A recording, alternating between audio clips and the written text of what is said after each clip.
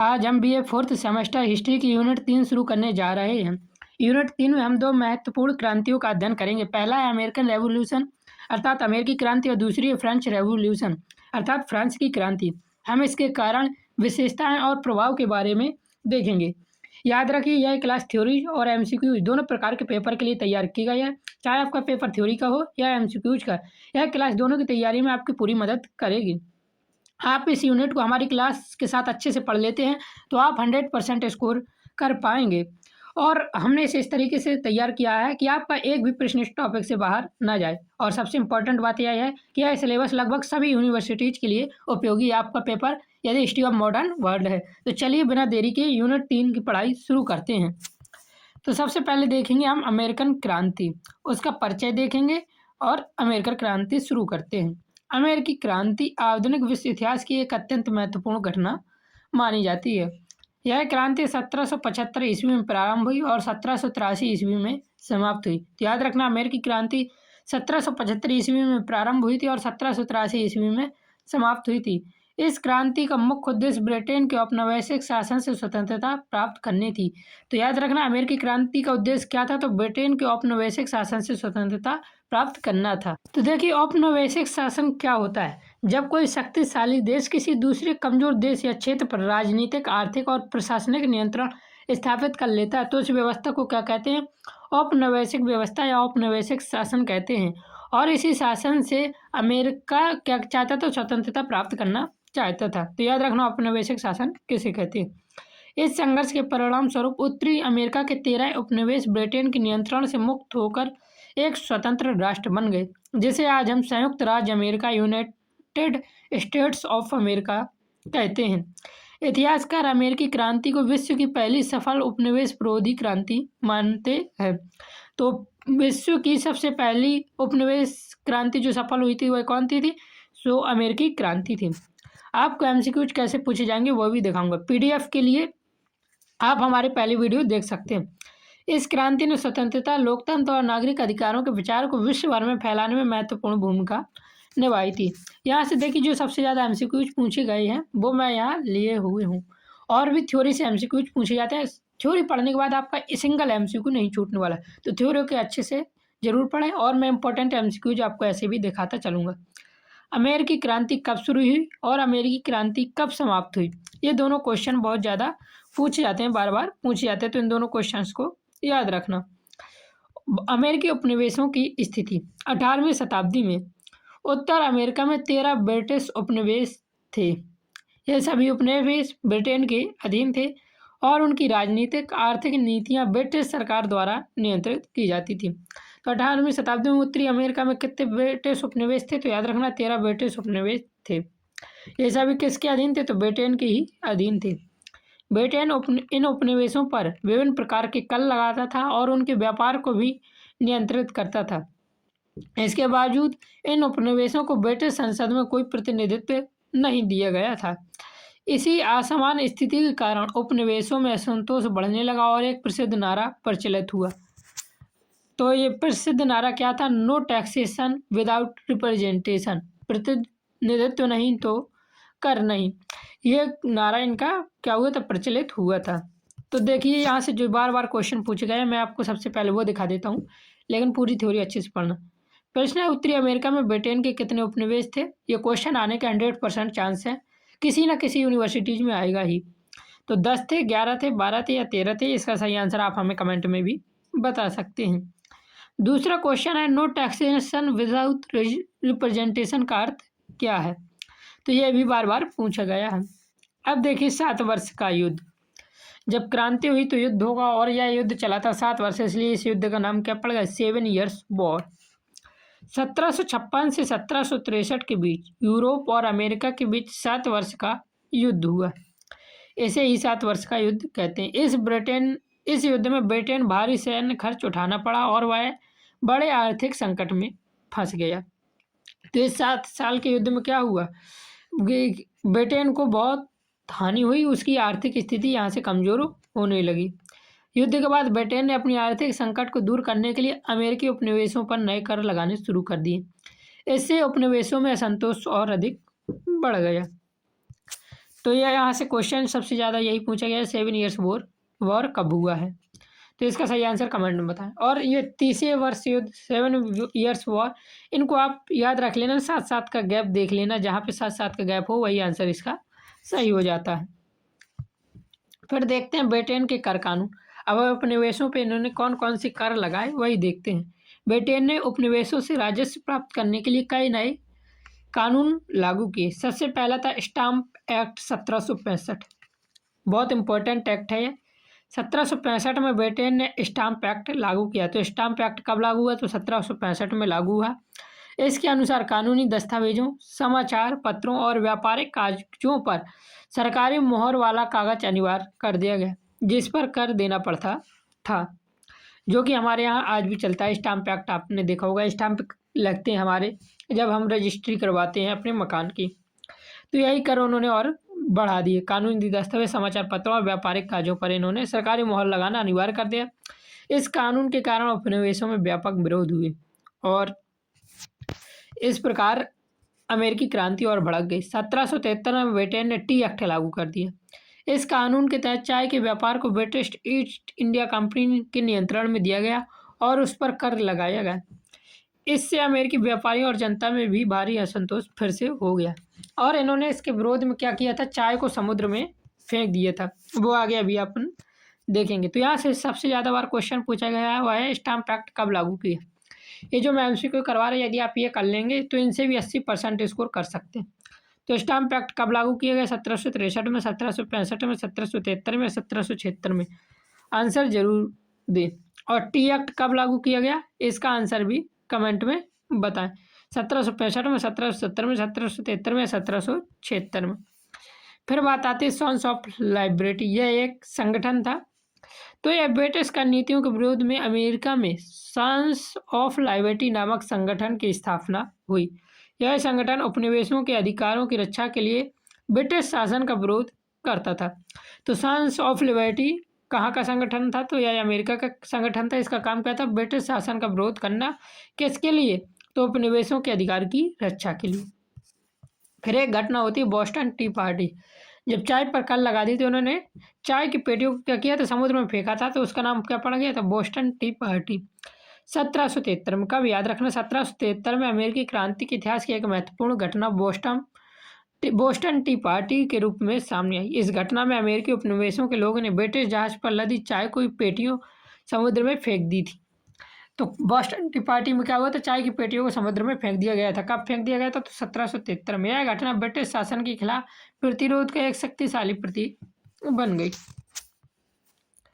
अब फिर जब इन्होंने ये घटना हुई तो इनके ऊपर एक एक्ट लगा दिया गया, वह था इंटरलेबर एक्ट।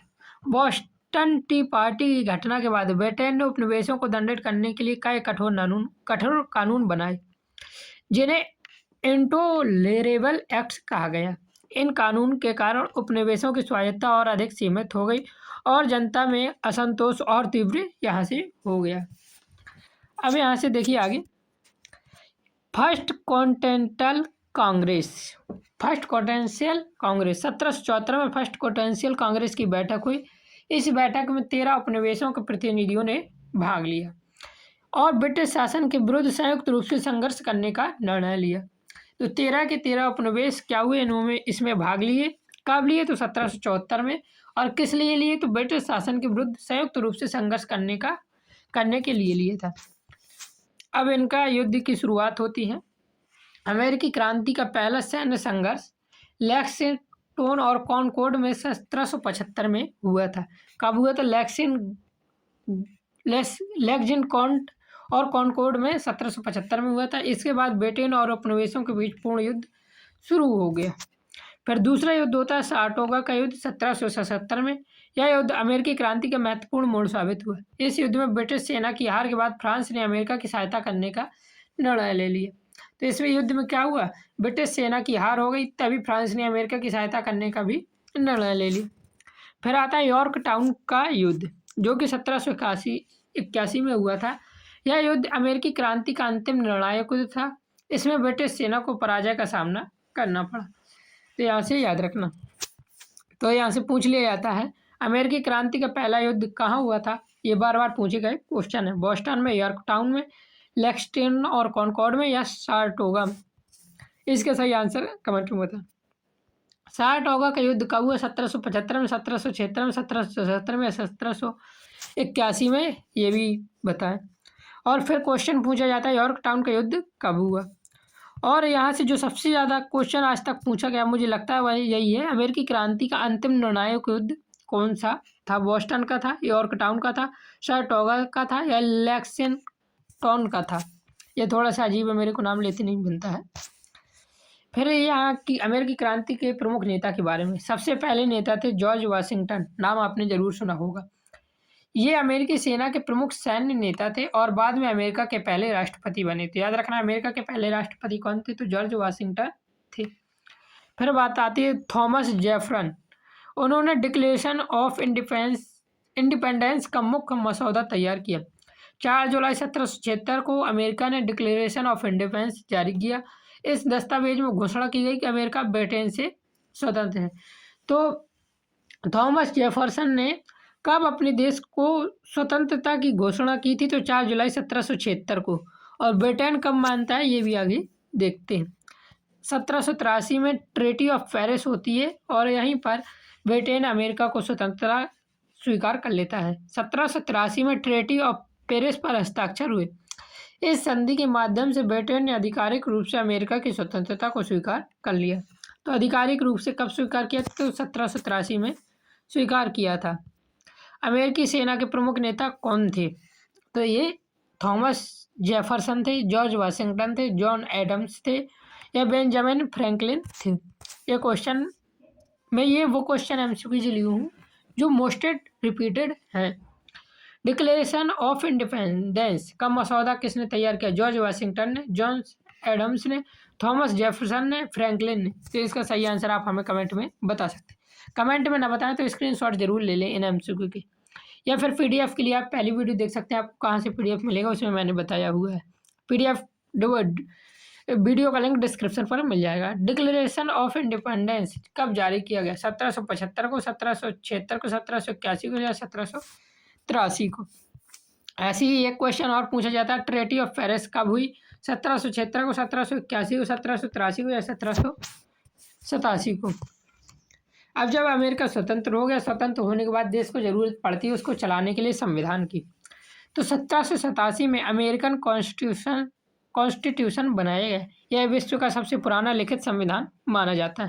तो याद रखना, विश्व का सबसे पुराना संविधान कौन सा है? तो 1787 में अमेरिका का कॉन्स्टिट्यूशन जो बना था वही विश्व का सबसे पुराना लिखित संविधान है। और विश्व का सबसे बड़ा लिखित संविधान कहाँ का है? तो याद रखना, विश्व का सबसे बड़ा लिखित संविधान भारत का है। इसके द्वारा अमेरिका में संघीय शासन प्रणाली, फेडरल सिस्टम की स्थापना हुई। अब यहाँ से अमेरिकी क्रांति के क्या परिणाम निकले वो देखते हैं। सबसे पहले अमेरिका में गणतंत्र की स्थापना हुई। इसके साथ ही लोकतंत्र और नागरिक अधिकारों में विचार को बढ़ावा मिला। इस क्रांति का प्रभाव अन्य देशों में पड़ा। विशेष रूप से इसने फ्रांसीसी क्रांति और लैटिन अमेरिका के स्वतंत्रता आंदोलन को प्रेरणा दी। जब कोई क्रांति होती है तो उस क्रांति से क्या होते हैं? दूसरे लोगों जिन पर कोई और दबाव डालता है वो भी क्या होते हैं? इस क्रांति से प्रभावित होते हैं। अब अगली क्रांति होती है वह है फ्रांसीसी क्रांति, फ्रेंच रेवोल्यूशन। चलिए फ्रांसीसी क्रांति का इंट्रोडक्शन देखते हैं।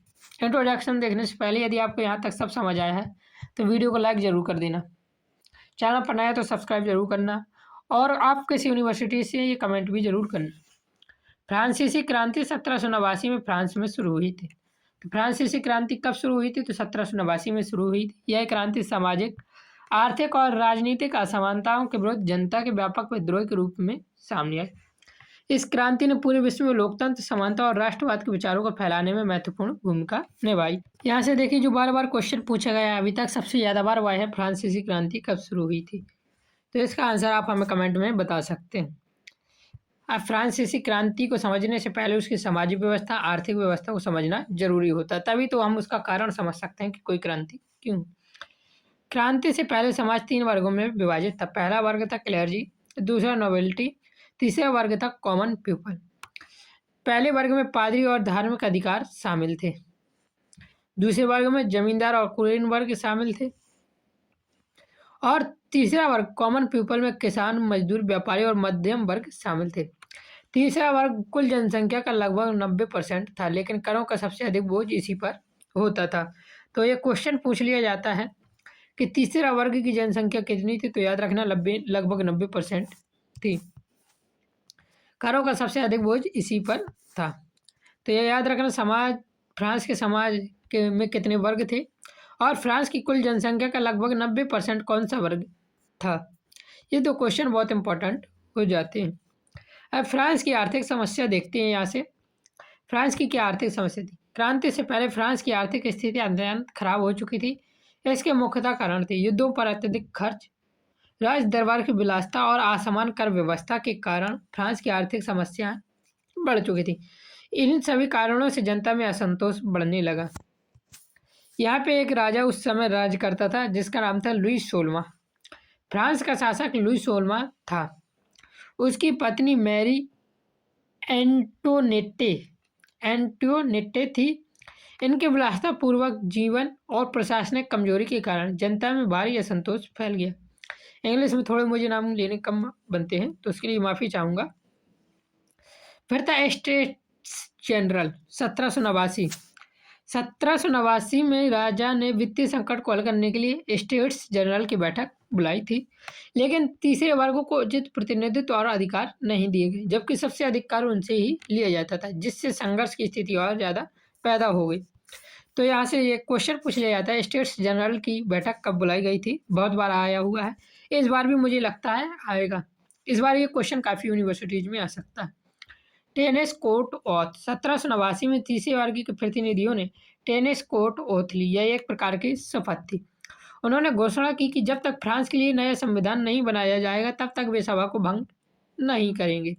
कब ली थी, तो 1789 में ली थी। किन्होंने ली थी, तो तीसरे वर्ग के प्रतिनिधियों ने ली थी यह शपथ। अब आगे देखिए बेस्टाइल का पतन। 14 जुलाई 1789 को पेरिस की जनता ने बेस्टाइल किले पर हमला किया, उस पर अपने नियंत्रण में ले लिया और यह घटना फ्रांसीसी क्रांति की शुरुआत का प्रतीक बन गई। तो फ्रांसीसी क्रांति की शुरुआत का प्रतीक कौन बनी, तो बेस्टाइल का पतन 14 जुलाई 1789 को बनी। यहाँ से होती है मानव अधिकारों की घोषणा।